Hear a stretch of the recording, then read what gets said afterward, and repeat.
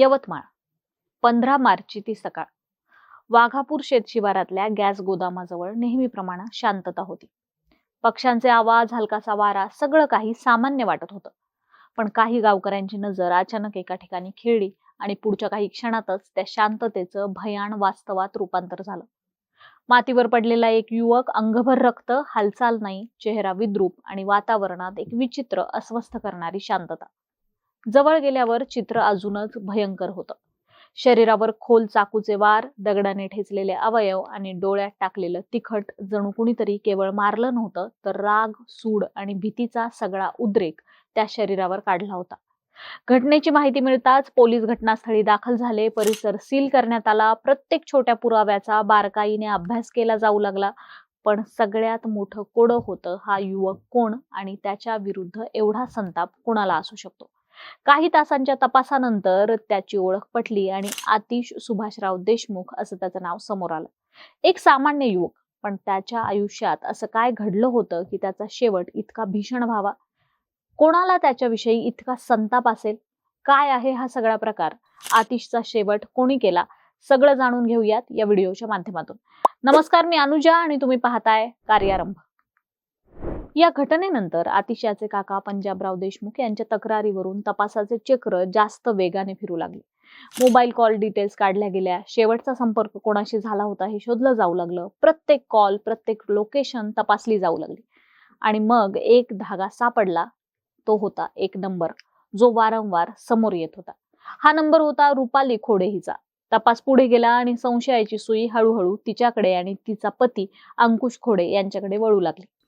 पोलिसांनी दोघांना ताब्यात घेतलं. सुरुवातीला दोघंही शांत होते. काहीच माहिती नसल्याचा आव आणत होते. त्यांच्या चेहऱ्यावर भीती नव्हती, पण एक ताण स्पष्ट जाणवत होता. चौकशी सुरू झाली. एकाच प्रश्नांची वेगवेगळी उत्तरं येऊ लागली. वेळोवेळी विधानं बदलली जाऊ लागली आणि पोलिसांचा संशय अधिकच बळावू लागला. जसजशी चौकशी खोलात गेली तसं त्यांच्या चेहऱ्यावरचं नियंत्रण सुटायला लागलं आणि शेवटी तो एक क्षण आला जेव्हा सगळं सत्य बाहेर आलं. रुपाली आणि आतिश यांच्यात पूर्वी संबंध होते. काही काळ ते जवळही होते, पण काही कारणांमुळे ते संबंध संपले होते. मात्र आतिशसाठी ते संबंध तसेच होते. तो वारंवार रुपालीशी संपर्क साधत होता. तिला परत संबंध ठेवण्यासाठी दबाव टाकत होता. तिच्या आयुष्यात पुन्हा घुसण्याचा तो प्रयत्न करत होता. हे सगळं केवळ फोन कॉल्स पुरतं मर्यादित राहिलेलं नव्हतं, तर त्याने धमक्या देणंही सुरू केलं होतं. माझ्यापाशी परत ये, नाही तर तुझ्या पतीला जिवंत ठेवणार नाही, अशा शब्दांनी रुपाली आणि अंकुश यांच्या आयुष्यात भीतीचं सावट निर्माण केलं होतं. घरात सतत तणावाचं वातावरण निर्माण झालं. प्रत्येक फोन कॉल, प्रत्येक अनोळखी हालचाल त्यांना अस्वस्थ करत होती. दिवसेंदिवस हा ताण वाढत गेला. पोलिसांकडे जाण्याचा विचार झालाही असेल, पण कदाचित भीती, समाजाची चिंता किंवा स्वतःच सगळं संपवण्याची घाई, या सगळ्यांनी मिळून एक वेगळाच निर्णय आकार घेत गेला. आणि मग आला 14 मार्चचा दिवस. एक फोन कॉल केला गेला. आवाज शांत होता. ये, बोलायचंय शेवटचं. आतिशला कदाचित वाटलं असेल ही शेवटची संधी आहे, कदाचित सगळं ठीक होईल. तो ठरलेल्या ठिकाणी निघाला. वाघापूरचं निर्जन शेत, रात्रीचा अंधार, सभोवती कुणी नाही आणि त्या अंधारात आधीपासून तयार बसलेले अंकुश आणि रुपाली. आतिश तिथे पोहोचला. काही क्षण कदाचित संवादही झाला असेल. शब्दांची देवाणघेवाण, जुने वाद, तणाव आणि अचानक परिस्थिती नियंत्रणाबाहेर गेली. हल्ला सुरू झाला.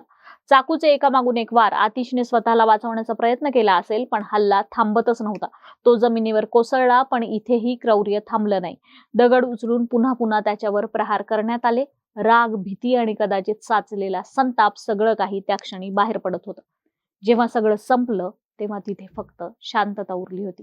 एक निर्जीव शरीर आणि 2 जण ज्यांनी एक भयानक सीमा ओलांडली होती. पण गोष्ट इथे संपली नाही. गुन्हा लपवण्याचा प्रयत्न सुरू झाला. ओळख पटू नये म्हणून डोळ्यात तिखट टाकण्यात आलं. घटनास्थळ तिथंच तसंच सोडून ते निघून गेले, जणू काहीच घडलेलं नव्हतं. पण सत्य कायम लपून राहत नाही.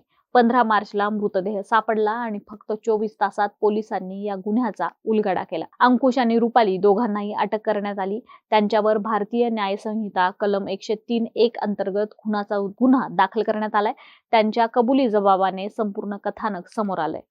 एक साधा वाटणारा वाद, एकतर्फी संबंध, सततचा ताण आणि शेवटी एक थरारक भीषण खून.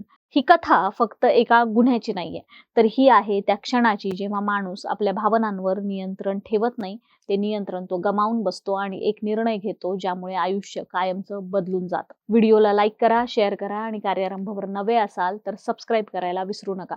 कार्यारंभ डिजिटल या आमच्या फेसबुक आणि इन्स्टा पेजलाही फॉलो करा. धन्यवाद.